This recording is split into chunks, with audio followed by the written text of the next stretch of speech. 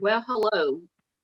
I am Ricki Davis. I am the Prevention Project Coordinator here at Capital Area Human Services, and we'd like to welcome you to our first series of our Let's Talk with Capital Area, the East Baton Rouge Parish, as well as public health. We are delighted to be able to tell you guys a lot about what's going on within your community, as well as to be able to give you the services that can be able to help you as well. And we're going to go ahead and start off with our first speaker of the afternoon. Her name is Joi Plain. She is actually an employee of Capital Area Human Services. She's a native of Baton Rouge and is very passionate behind the services she's providing to our members of our community. She has a degree of sociology from Louisiana State University, and she's also has joined Capital Area with the Crisis Mobile Team. Over the years since 2015, she's advanced in getting her MSW, and that is very successful to be able to say she's so young and very vibrant and can connect with everybody within our community. So Joi, I'm going to go ahead and turn it over to you, and you have the floor to go ahead and begin our series. Good afternoon, everyone. So I am going to just jump right in. So like Miss Ricki said, this is our first Let's Talk, and what I'm going to do is I'm going to be providing some facts and information about opioid addiction, treatment, and recovery. So first of what I want to do is I want to give a definition of addiction. And addiction is a habitual, repetition of excessive behavior that a person is unable or unwilling to stop despite its harmful consequences. According to Hazelton Betty Ford Foundation, addiction is often referred to as a substance use disorder, and addiction occurs when substance use becomes compulsive and behaviors become more erratic, irrational, with severe significant consequences. And those consequences can include legal issues, family issues, employment and occupational issues, and social issues. Continued with the definition, and this is from the American Society of Addiction Medicine. Addiction is a treatable chronic medical disease involving complex interactions among brain circuits, genetics, the environment, and an individual's life experiences. People with addiction use substances or engage in behaviors that become compulsive and often continue despite harmful consequences. Prevention efforts and treatment approaches for addiction are generally as successful as those for other chronic diseases. So basically, what we want to deliver most importantly is that addiction is a brain disease. It is a disease of the brain. So when we're treating addiction, we want to approach it just like we're treating, let's say, a cancer diagnosis. We don't want to focus so much on the behaviors. We want to focus on the changes in the brain that occurs with addiction. So just really quickly, I want to run through the levels of use when you are, because, you know, persons, they don't go from use to addiction. You know, you have several people that they may use a drug and never become addicted to that drug or any other drug. Okay, so I want to talk about initiation. So that's like, okay, I used the drug with my friends, you know, never continuously used it. It never interfered with my education, my occupation. Experimentation. That's a little bit further. So that's like, okay, I might have used meth before. I may have used heroin before. I may have used crack cocaine before, marijuana, but I only used them when I, you know, went out a couple of times with my friends. Regular use is when you have more of like a pattern of use. So that would be when every weekend you're going to use drugs every weekend, or you're using drugs to alleviate or to induce a certain emotion or feeling. Problem use is when you start to get into the dangerous behavior. So that's like, I'm going to use even before I go to work, or after I get off from work, I'm going to use and drive home. You're causing more of a problem for yourself with the use because you could injure yourself, injure someone else. And then dependence. So dependence is when you have developed a tolerance for the drug. That means that there has been changes in your brain that your body has started to depend on this drug in order to function. And so when you may take the amount that you initially took, it really didn't have an effect on you anymore. You ended up having to take more and more of the drug in order to feel the same effect. And then last but not least, addiction. So addiction is where when you see the withdrawal symptoms when you stop taking. So even though you may want to stop the drug, you can't, because when you do stop, you start to have severe withdrawal symptoms, or you start to use the drug, like I said previously, despite very negative consequences. You may be on probation and parole, and you know that you have random drug screens, but you still use in spite of.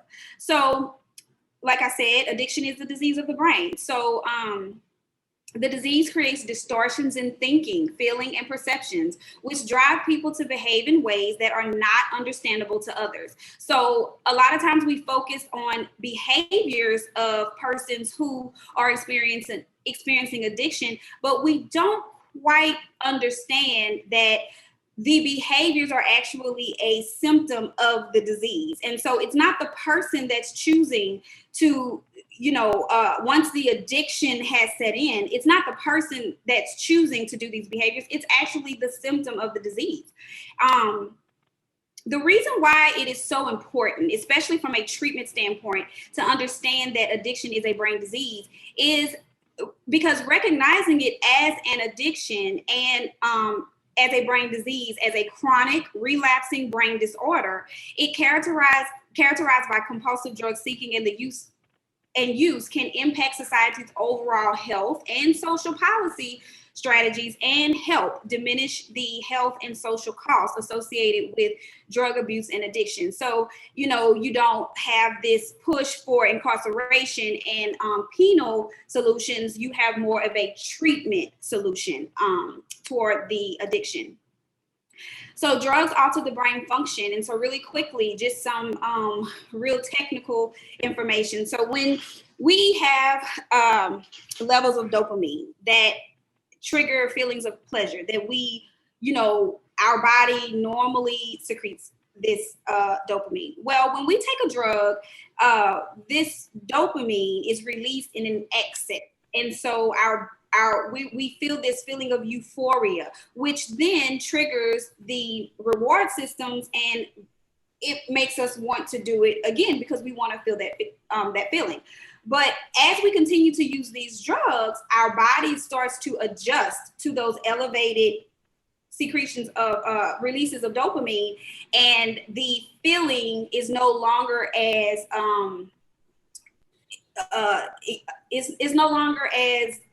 intense as it was the first time we used. So that's where the addiction and the compulsive use sets in, because we're constantly using to try to achieve that same euphoric feeling.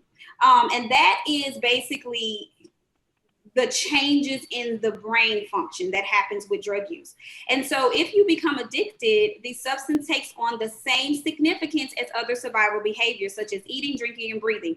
Really quickly, one of the best examples that I like to use to help persons who are supporting others in an addiction is because, like I said, we as a supporter may not understand what our loved one is going through. When you are underwater, you know that you need to hold your breath in order to survive until you get to above water and you can breathe oxygen. Well, if we cannot get above water, eventually our body is going to take a breath, whether we want to or not. And so when you use that same analogy when talking about addiction, that's that compulsive behavior. We don't want to use anymore. We don't like this life. We don't like what we're doing to ourselves and other people. However, our body needs this drug in order to feel normal again.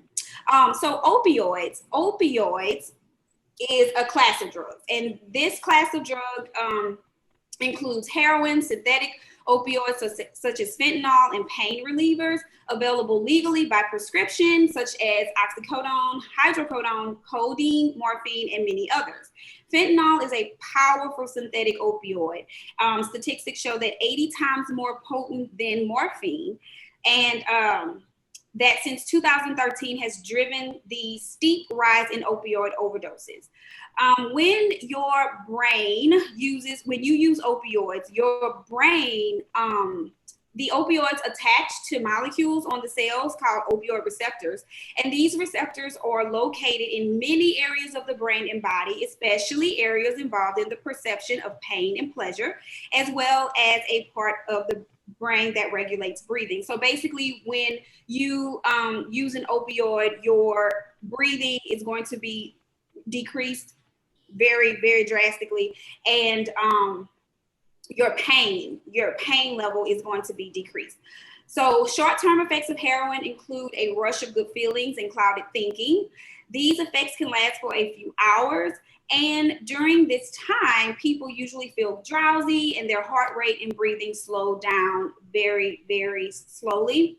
When the drug wears off, people usually feel feelings of depression. I'm sorry, I have to minimize something so I can see my slide. I'm sorry. Experience feelings of depression and often crave the drug to regain that good feeling, because like I said, it's that feeling of pleasure. So when, as clinicians, we have ways that we help individuals to identify if they, have if they have a use disorder, abuse disorder, or if they have actually entered into addiction. So one of the things that I want to talk about is, like I said earlier, some people may use several drugs and never enter into addiction, but then you have some people who do. And this is a good explanation of why that happens. Basically, every single person is susceptible to addiction, okay? So nobody is excluded from that. However, there are individuals who are at a greater risk of developing an addiction. And these are the factors that we consider. So we first want to look at genetics. So that's your biology, your gender, ethnicity, presence of other mental disorders may influence the risk of drug use and addiction. If you were raised by parents who were addicted to drugs, if you were exposed to drug use at a very early age, the earlier you are exposed, the more likely you may develop substance use and addiction. Environment. So that's where you look at your surroundings, or a person's surroundings. Do you hang with friends, or do you have family who use drugs? Peer pressure. What type of environments are you in?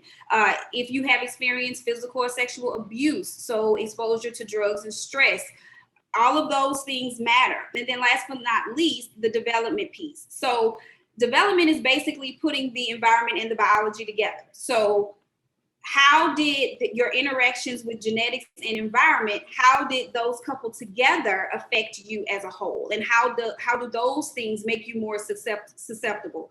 So one thing I want to point out when talking about development is there are areas in the brain that control decision making. So the earlier you start to use drugs, the more susceptible you are to developing an addiction, because those areas of your brain are not fully developed yet.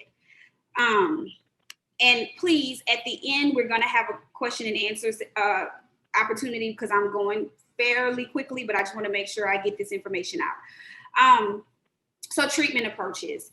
Treatment goals when we are treating addiction, especially opioid addiction, is to approach it with a comprehensive model. And what that means is we want to make sure that we address the person as a whole. So physical health, mental health, and your substance abuse health. So treatment goals would be to, of course, stop using the drug. If you want to learn how to stay drug free, and you want to help the person to become productive in the family, in the workforce, and also in society. So treatment options. So individual therapy, family therapy, group therapy, couples therapy, medication. So when we are treating opioid in particular, there are medications such as Suboxone that can help individuals to manage their withdrawal symptoms after they stop, manage withdrawal symptoms and to control cravings so that their risk of relapse kind of decreases for them, and it helps them to stay and do outpatient treatment as well. Evaluation and treatment for co-occurring and mental health and medical issues is also very important. Long-term follow-up to prevent relapse. So you always want to make sure that you have some faith-based or secular peer-run support options as well for long-term recovery. And levels of care, really quickly, we have inpatient, so that would be a residential 28-day or up to 6 months to a year, depending on what level of treatment you need. And then you have long-term would be 6 months to a year, short-term would be 28-day, 1 month. Intensive outpatient treatment would be the outpatient piece where you are going to a mental health clinic or a physician, or and you are receiving either medication management and also group therapy, individual therapy, family therapy, those therapies I mentioned earlier. And the medicated assisted treatment, you can receive that inpatient when you are in detox, and you also can do long-term medicated assisted treatment with Suboxone as well. So I touched on this already, but I'll just go through it really, really quickly. So we want to talk about the medications that can manage withdrawal, prevent relapse, and treat co-occurring. So you have psychotropic medications, you have the medicated assisted treatment, which would include the Suboxone, that coupled with behavioral therapy, so individual therapy, family therapy. And then you have Withdrawal as well that can be used for long-term preventative management for opioid recovery. Last, so we want to include the treatment. We want to include the family in the treatment, and that's the big piece with comprehensive treatment model, because recovery is a process. It is not something that happens as soon as you detox off of the drug. Okay, recovery is a lifelong process, and so the goal of recovery is to improve health and wellness, live self-directed lives, and strive to reach your full potential. So 4 major dimensions that support recovery is health. So you want to make sure that you have a primary care doctor so you can get preventative care and also get a full workup and blood work and screenings to make sure you don't have any untreated conditions. And if you do, go ahead and start getting treatment for those. Want to make sure that you have a stable place to live, a safe environment to live. Purpose, help to have independence, learn how to manage your finances, and get resources when needed and available.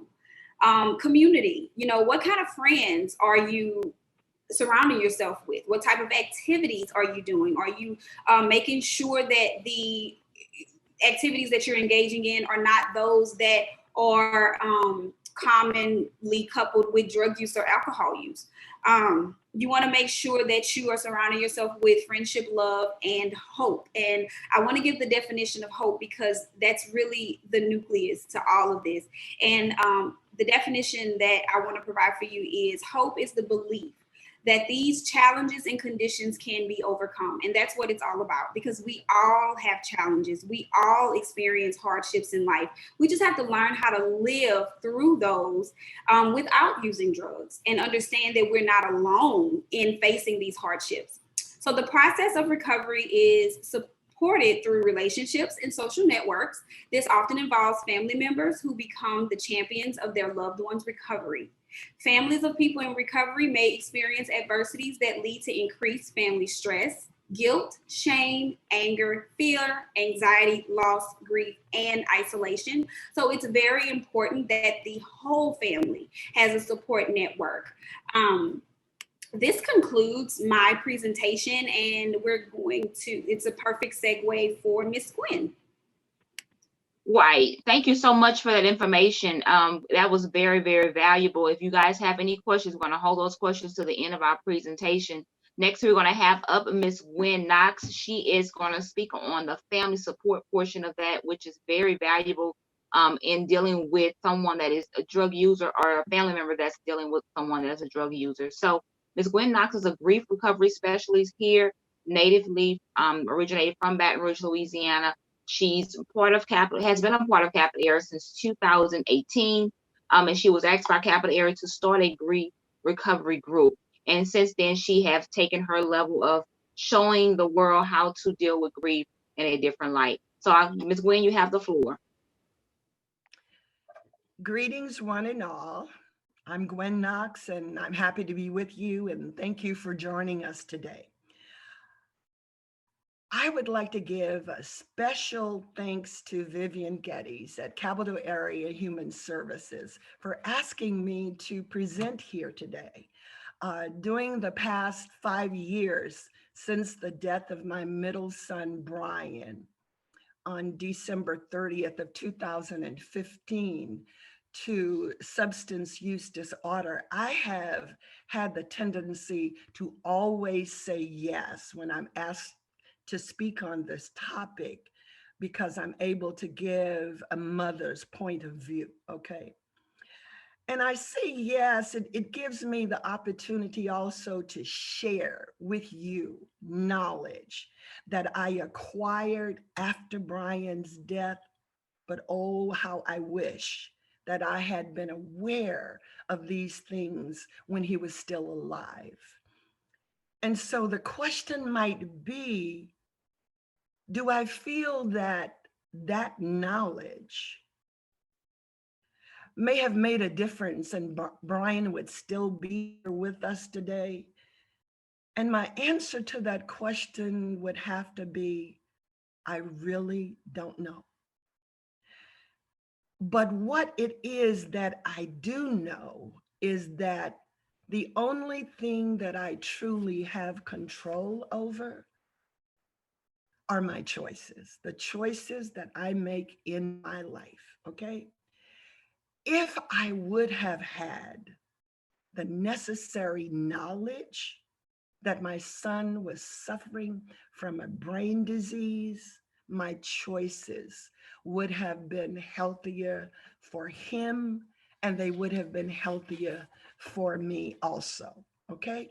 So my goal and my prayer for you guys here today is for you to leave here with the knowledge needed to make healthy choices for your loved one who has a brain disease and for yourself, okay?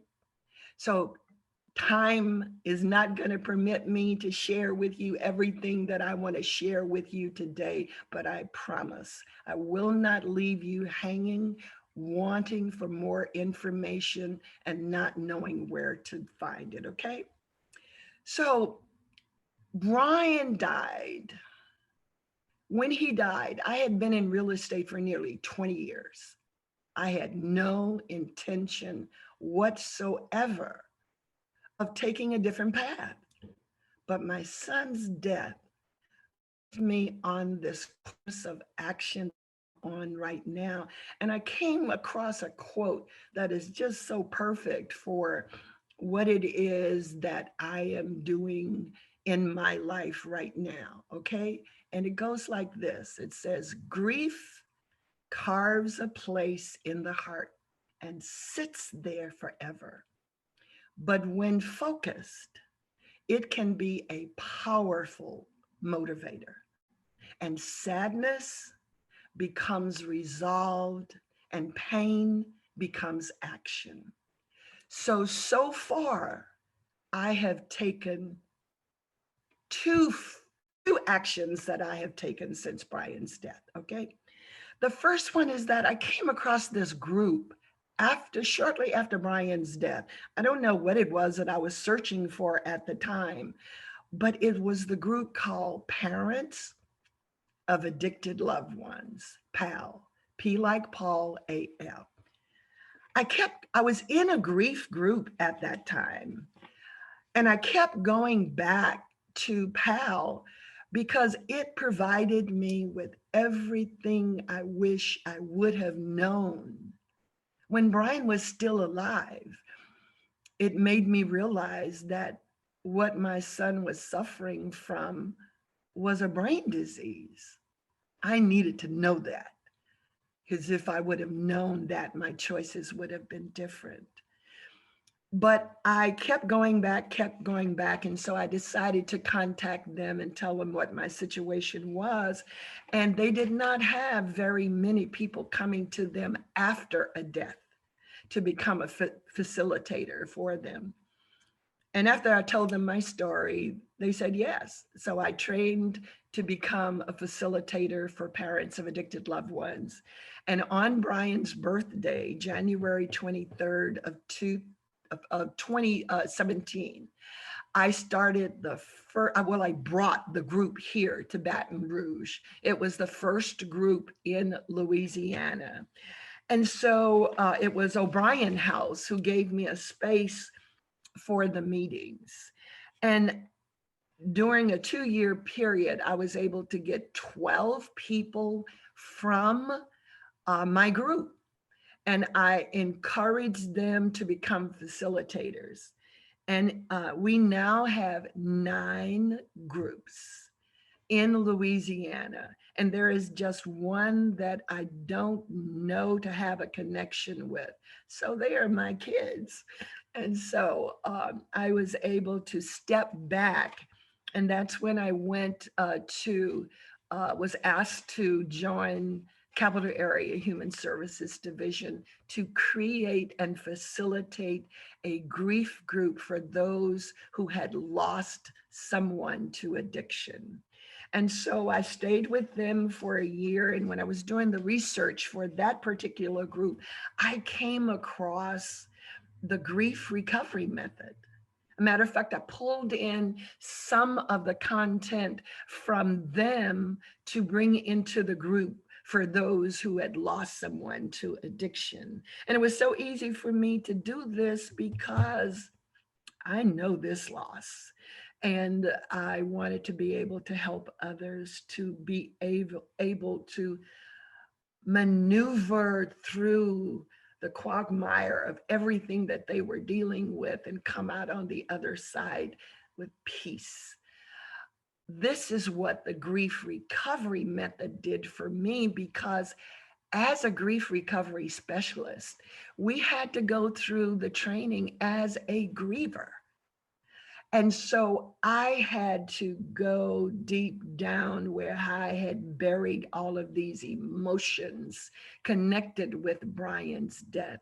And I had to bring them forward in an atmosphere that was comfortable, non-judgmental, and just deal with those. No one, when we were talking about what it was that we were dealing with, we had this person that was like a heart with ears that would sit before us and just listen, not say a word, because so many times when we are grieving, there isn't anything that anybody can say to us that's going to truly make a difference. But I realized that Brian's death was a part of the whole tapestry of my life. And so I had to come to peace with it in order for me to move forward, because there was no way I was going to wake up every day and have to deal with the pain of the grief that I was dealing with. So that is when I became a grief recovery specialist in 2019, and then 2020, I went on to get my advanced certification with them.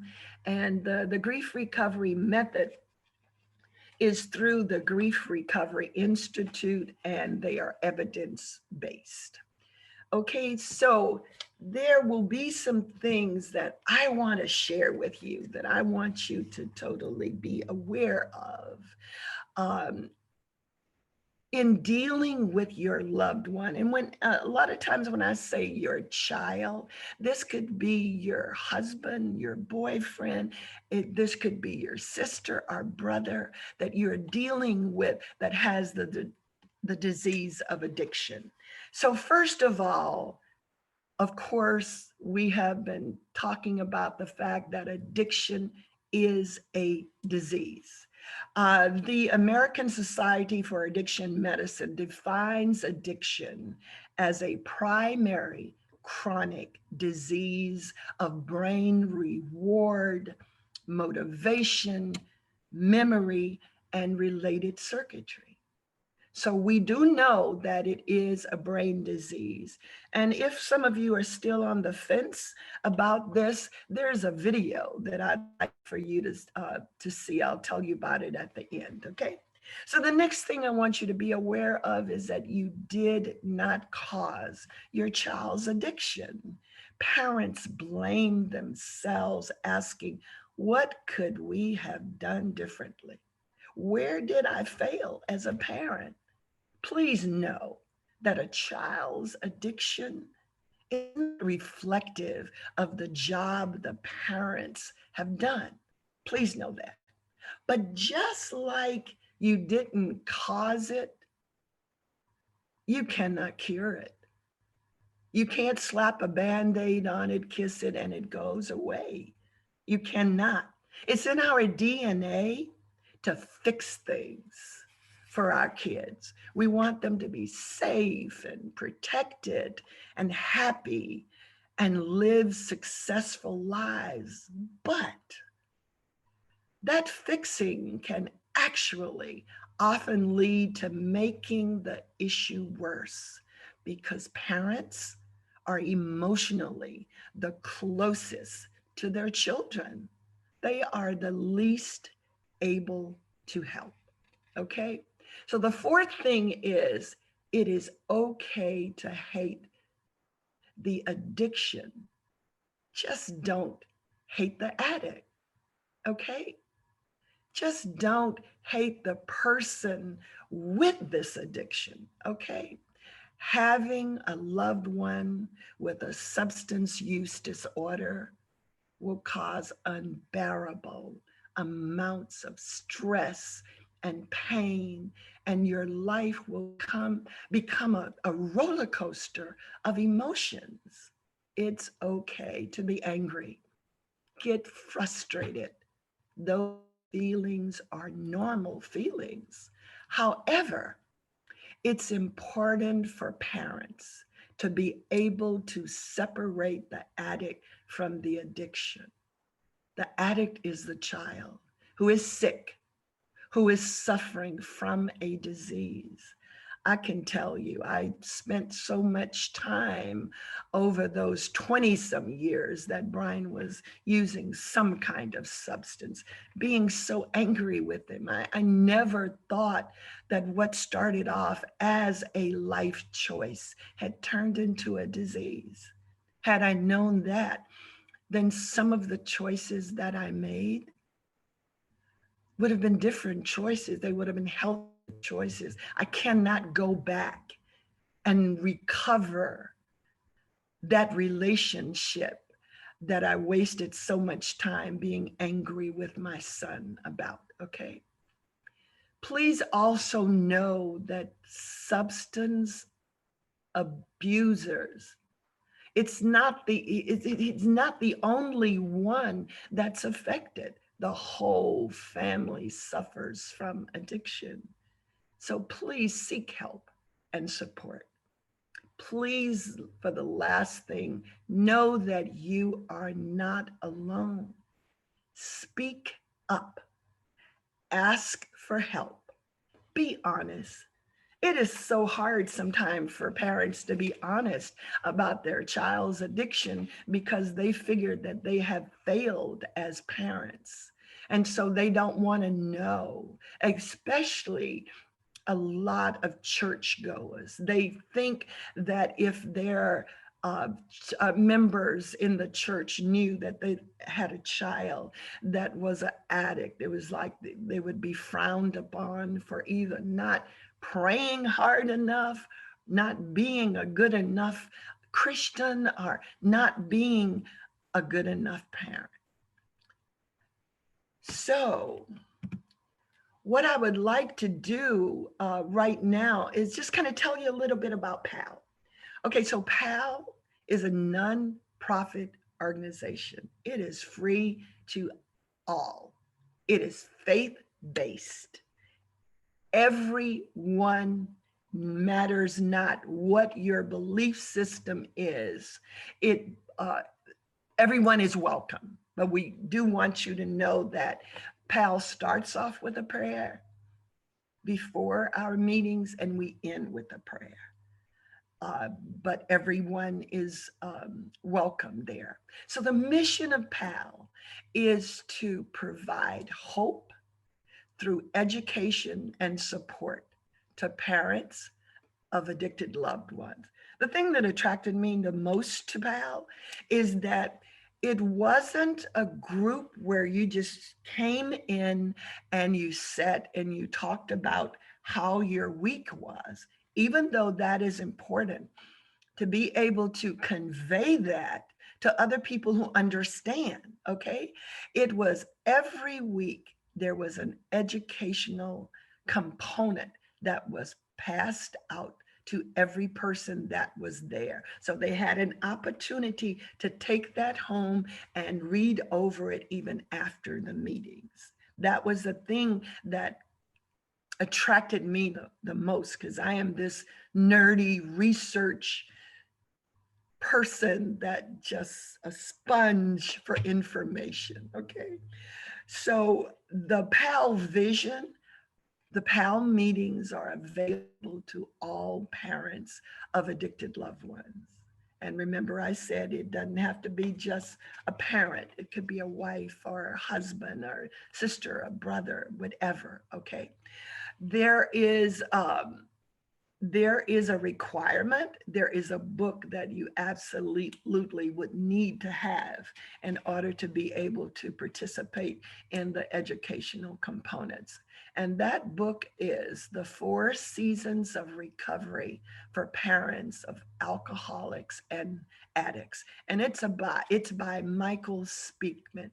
This man is just absolutely precious. I met him when I had to present at the banquet in Arizona, because that's where all of this started, in Phoenix.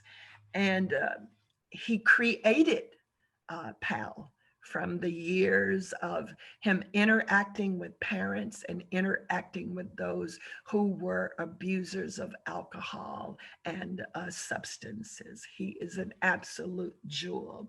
And the other book that we use a lot in the PAL meetings is Smoke and Mirrors by Karen Franklin.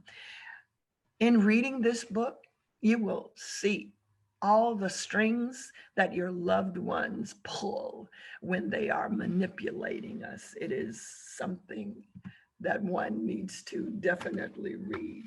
So these are some of the educational components.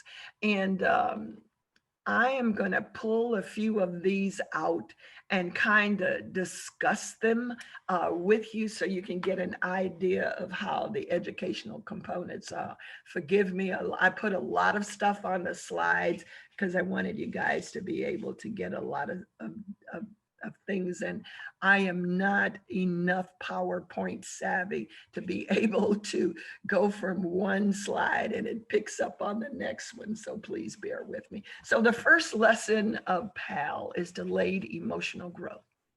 So adults are expected to act responsibly, develop common sense, and gain wisdom.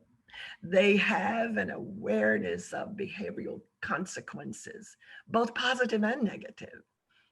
Actions of our addicted loved ones, however, are not those of responsible adults. They appear to live according to their emotional age, not their actual age. A common cause of the delayed emotional growth is the abuse of alcohol and drugs during a person's developmental years, like childhood through early 20s. This right here is one of the things that will keep us as parents from treating our children as the adults that they are, because they are acting like little children. And we're like, okay, there is something I mustn't give this child, even though it's an adult. So let me continue to parent. And so you continue to parent them and keep them from making choices of their own and having to suffer with the consequences of their acts. So suffering from addiction and delayed emotional growth at the same time can lead a person to feel hopeless. Addiction and delayed emotional growth creates resistance to change. Although addiction can actually be diagnosed, delayed emotional growth is challenging to identify. Okay, the next lesson is lesson number 3. It is helping, and it's how we help in a healthy way and an unhealthy way. When we are helping in a healthy way, we are caregiving. It's like, how can I encourage you to help yourself? Is what we're saying to our loved one.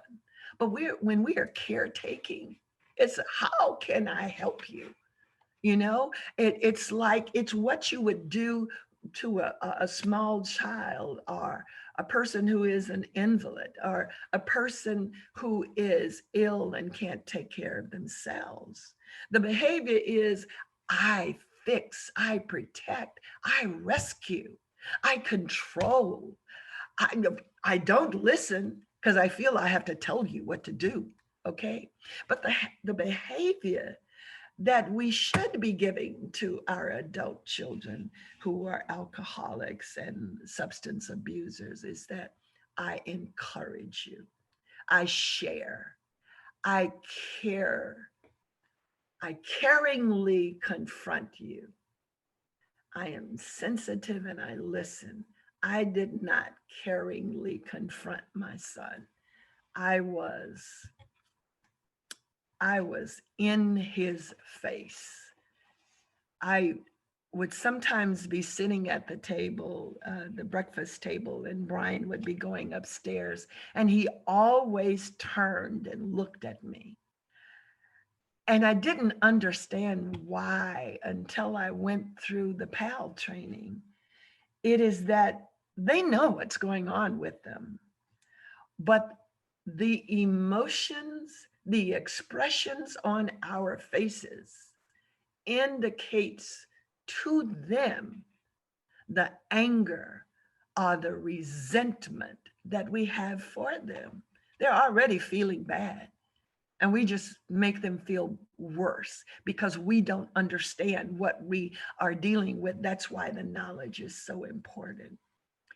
But our emotions, as hard as it will be, once you receive the educational components that you need, you will be able to be relaxed, regardless of the decisions that your children are making. You would be aware. I mean, you can be positive on the flip side of being tired and fearful and going through, one day I might find out that you were dead. It's on the back burner of all of us who have children who are dealing with. So we go through all of this, whether we lose them or someday they have sobriety. We have worried ourselves to death. Okay. So at the end, it is that we really, on the negative side, we're expecting people to live up to our expectations. even though they are adults and they have to make their own choices, just like we had to make our own choices and live with the consequences. We're trying to save them from their consequences when we should be empowering others when we respond to them as an adult from an adult. Okay, so this one is very meaty. I want you to out a pen.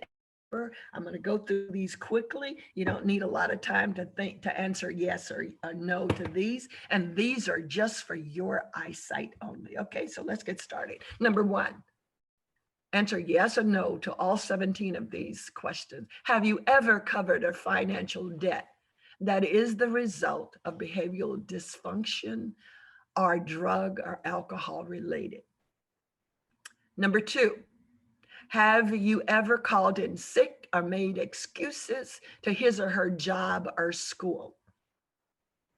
Number three, have you ever not called the police after the person was physically abusive? Number four, have you ever let the person come live with you because he or she ran out of money? Number five, after repeatedly running out of money, have you continued to loan the person money? Number six, have you bailed the person out of jail for an arrest connected with drugs or physical abuse? Number seven, are you afraid to confront the person about their behavior for fear of violence? Number eight, are you afraid to confront about the behavior for fear they will leave you? Number nine, do you act as if you believe their excuses even when you know he or she is lying? Number 10, do you sometimes think it's because of you the person behaved the way they did? Number 11, do you prefer not to talk to anyone about the problem because you're ashamed? Number 12, do you allow the person to come back to the house after being physically destructive? Number 13, do you make excuses to your children for the person's behavior? Number 14, do you threaten to leave the relationship and then not follow through on leaving? Number 15, do you pretend they are sick when they are really coming off a binge? Number 16, have you ever obtained drugs for the chemically dependent? Number 17, do you ever take drugs with the chemically dependent so you can be together? So look at your answers, and if you answered yes to two or more of these questions, there is someone that you have or is enabling, okay? Lesson number 9. And by the way, when I said that you are enabling someone, if you are, please know that when we know better, we do better. That's the importance of the knowledge that you will be able to attain in going forward, okay? So number 9, lesson number 9, principles of healthy adult relationships.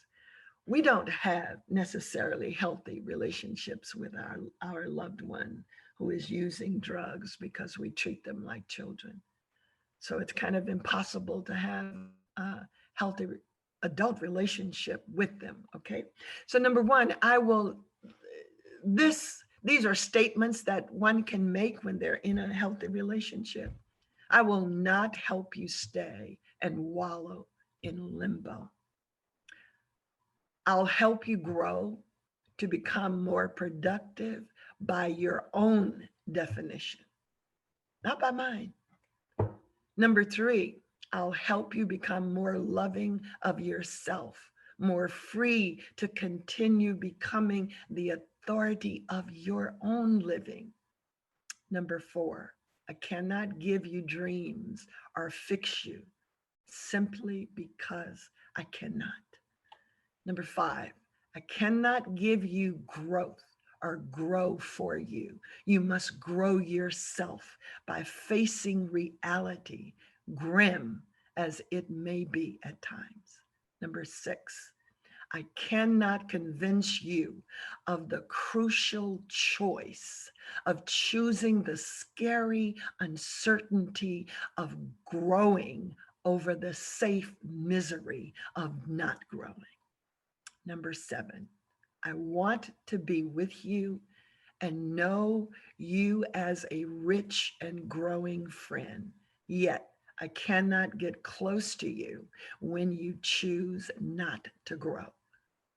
Number 8, when I began to care for you out of pity, when I begin to lose trust in you, then I'm toxic, bad, and inhibiting for you and for me. Number 9, you must know my help is conditional. I will be with you, hang in there with you as long as I continue to get even the slightest hint that you are trying to grow. Number 10, if you can accept all of this, then perhaps we can help each other to become what God meant us to be, mature adults, leaving childishness forever to little children.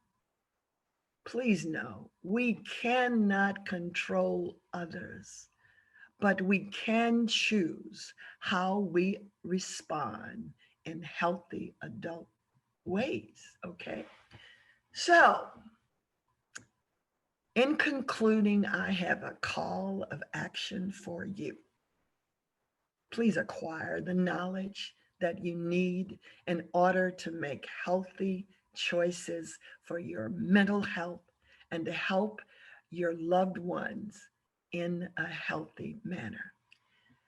Now, what I call to action for you to do with the PAL group, I want you to go to PAL, P like Paul, AL group.org. When you get there, I want you to select resources, and from resources, I want you to select families. Everything that you can possibly ask for is on this site. You can sit down and watch a PAL meeting that's done by the creator, Mike Speakman. You can, if you were trying to get a contract, an agreement for your child to live in the house with you, or for a loan, or for anything, those agreements are there. There's even a section there if you can get your loved one, for those who are abusing, everything that you could possibly ask for, that you can sign up for a newsletter. You can sign up to be on the phone to be involved with a PAL meeting. But you can also find out just where meetings are in your area. And guess what? If you don't have a meeting in your area, you can do what I did.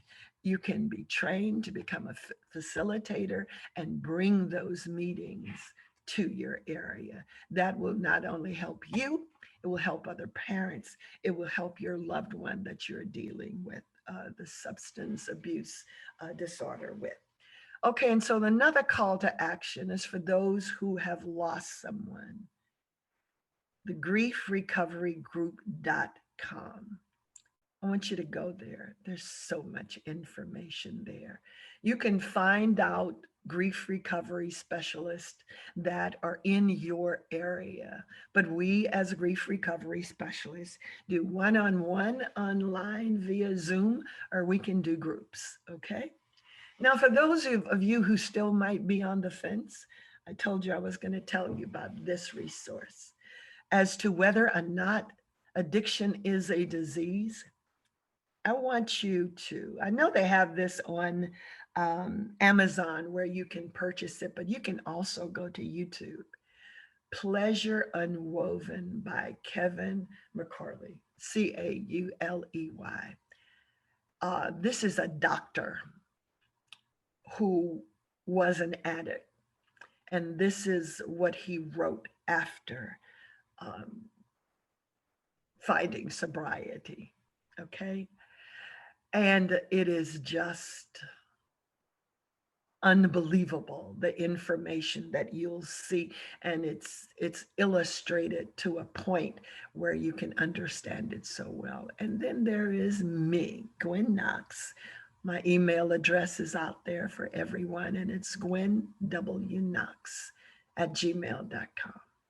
So my last word to you guys is this: please gain the knowledge that you need in order for you to make the choices. Believe it or not, when you get to the point where you realize that you cannot control, no matter how you bribe or threaten your loved one, you cannot make them want to have sobriety. This is their thing. You are no longer there as a coach. You are there as a cheerleader, that when they come to you, that you will be able to make healthy choices to steer them into a direction of recovery. Thank you so very much for listening. It has been a pleasure conveying this to you. Have a good day and make it a good day. Good afternoon. I am Ricki Davis. I am the LaSure Project Coordinator here at Capital Area Human Services, and we also have Trudy Wickham. She is our OPOT Outreach Coordinator at our Office of Public Health. We are here to kind of help you guys with obtaining the information on Narcan and the administration of how to do so. Narcan is a very valuable tool that you can use and have inside of your household, inside of your medication bag, something that you can be able to use to save a loved one's life.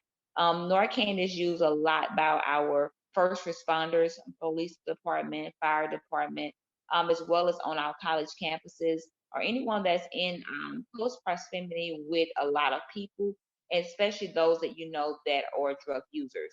Narcan is a tool that can be very beneficial for everyone to have, and we wanted to provide you with information on Narcan, as well as how you can obtain your own personal Narcan for yourself and for your family.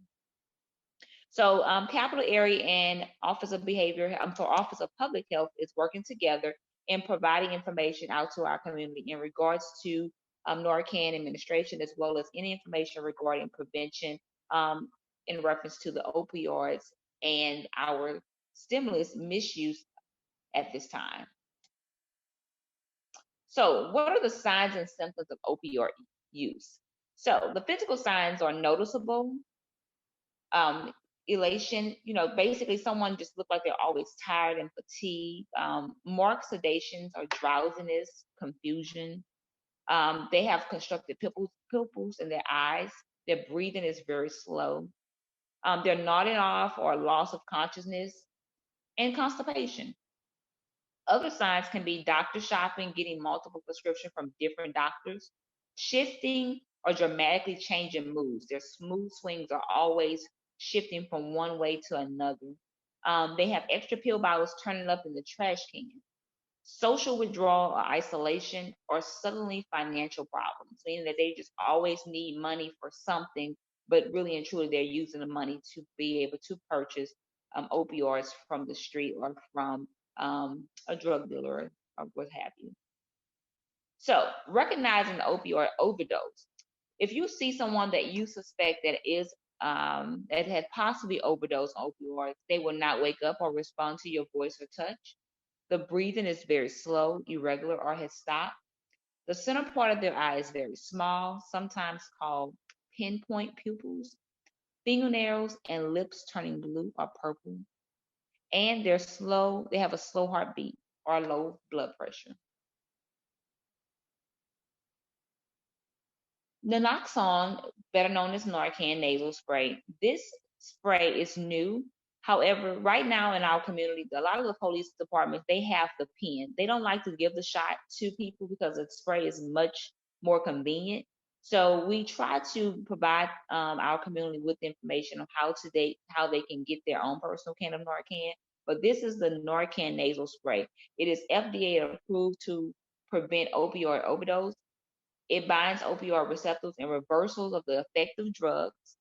It can be administered in the nasal. It also have the IM injection, which we just talked about.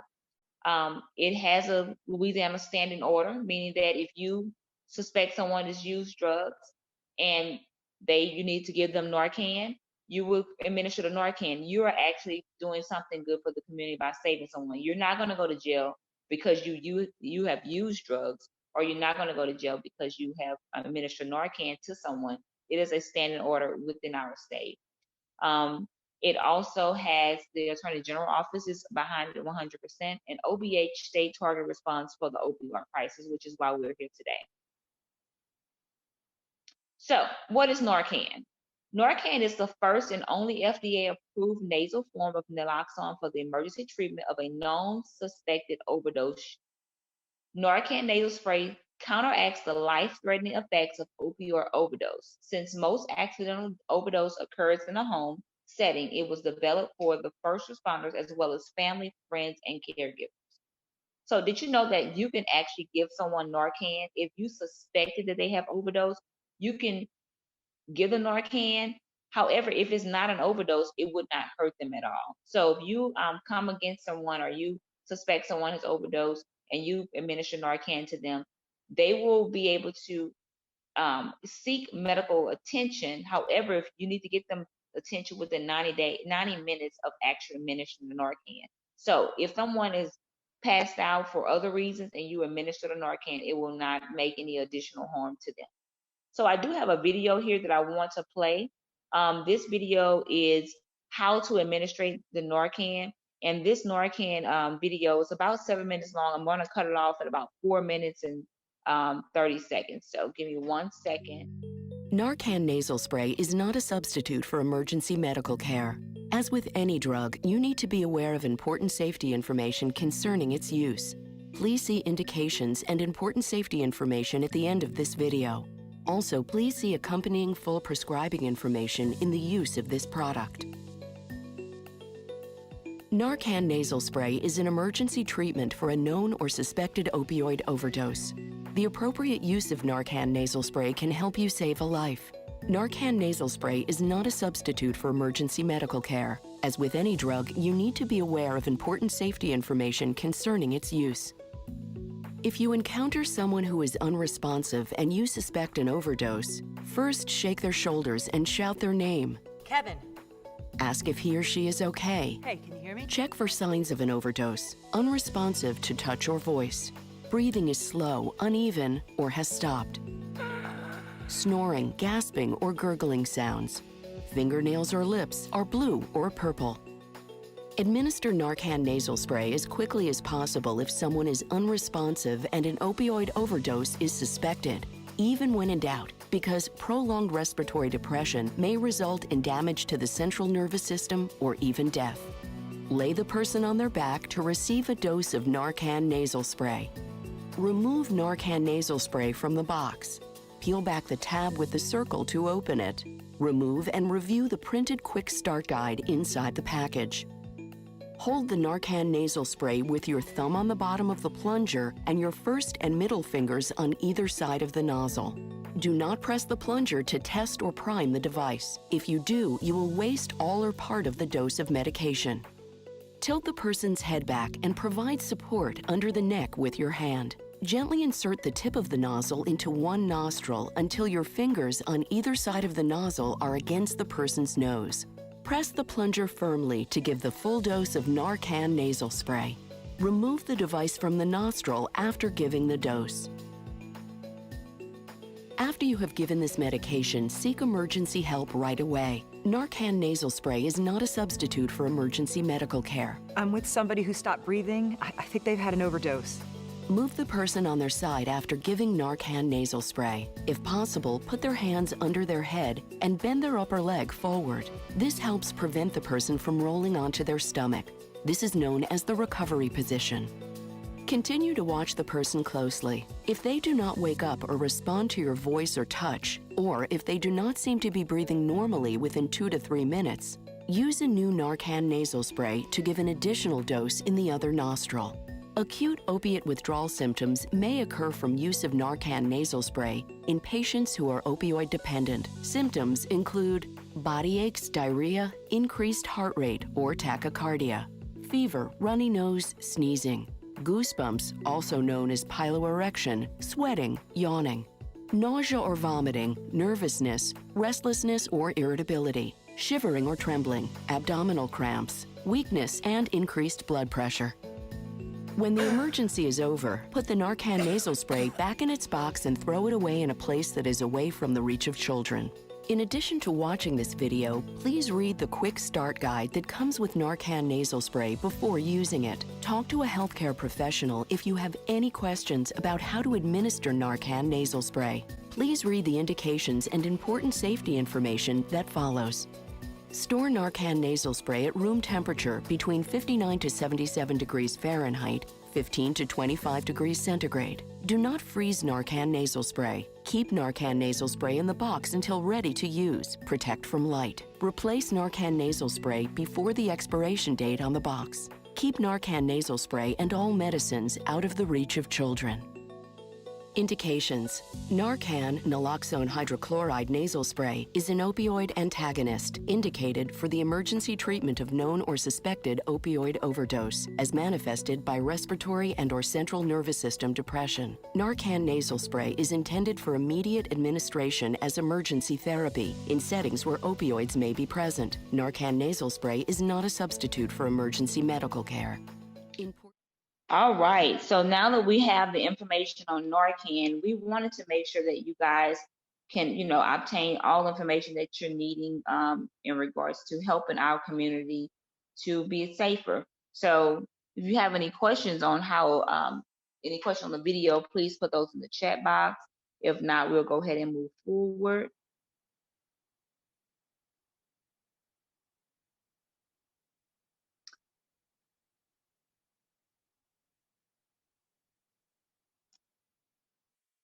So after we watch the video, you can see here, like, what is your expectations after administration? So we always tell you that we want you to make sure that it's not a substitute for medical assistance, meaning that you can give someone Narcan saying, hey, you've obtained the Narcan, everything should be fine. Again, you must take them to the emergency room. They need to seek medical care within 90 minutes because that person can be in an overdose state. However, if they're not treated at the medical facility, they can reverse back into an overdose state after those 90 minutes as well. So you wouldn't want them to wake up and be fine, and then all of a sudden in 90 minutes, they are back in an overdose state.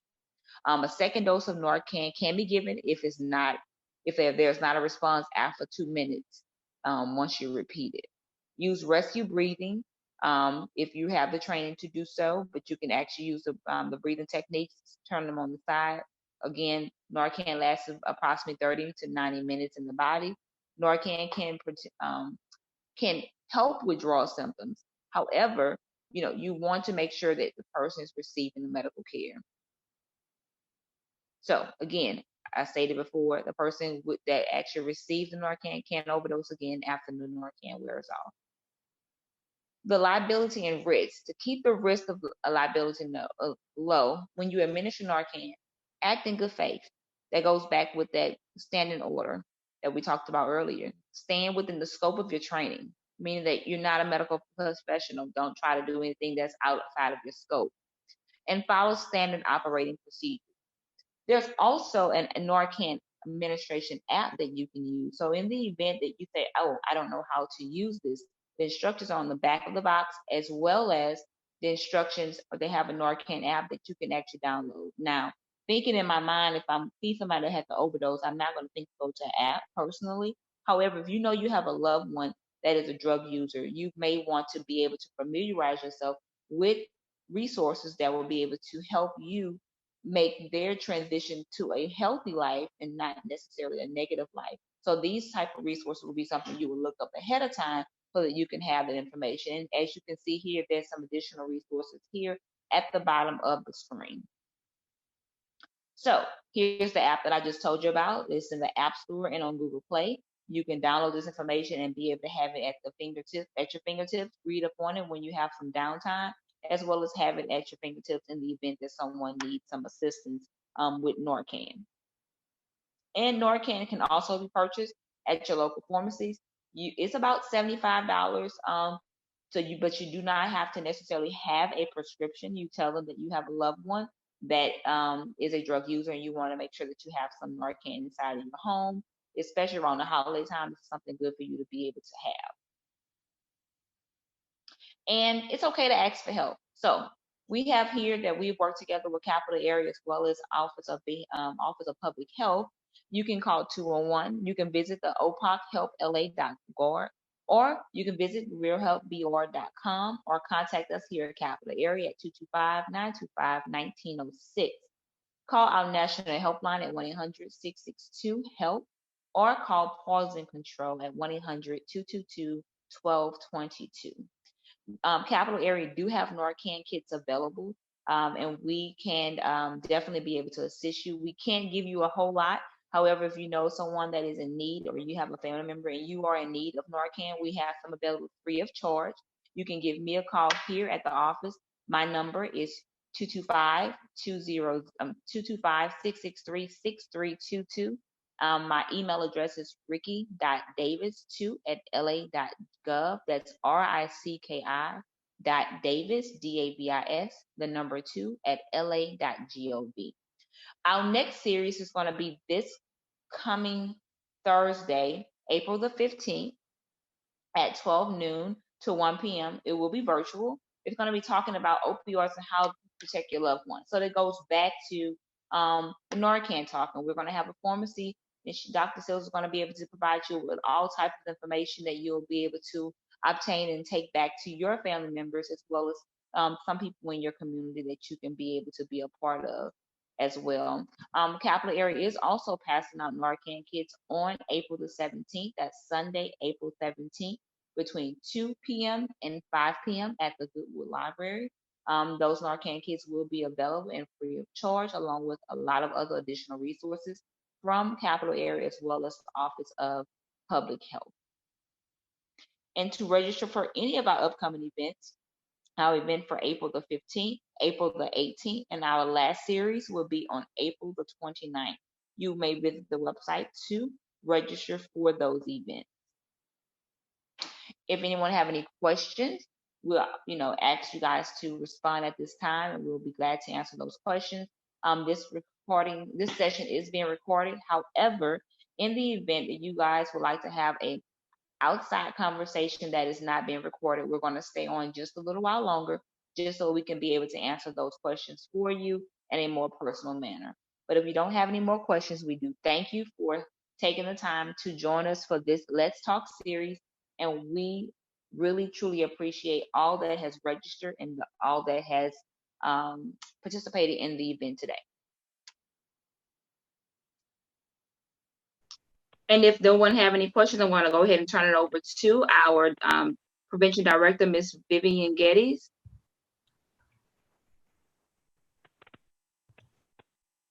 Ms. Vivian? Yes. Hi. I want to thank everybody for joining us today. Again, we know that the opioid epidemic is impacting many, many families in the community. So this information is helpful for families that are impacted by the opioid crisis. Please don't hesitate to contact Capital Area Human Services for treatment services. And also, as we mentioned, we will be providing Narcan kits free of charge to those who need those. So again, we want to thank the East Baton Rouge Parish Library for helping us to host this event, providing the technical format, and our speakers from today, Gwen Knox, Joi Plain, Trudy Wickham, and Ricki Davis. Thank you so much. We look forward to your participation in the other Let's Talk series.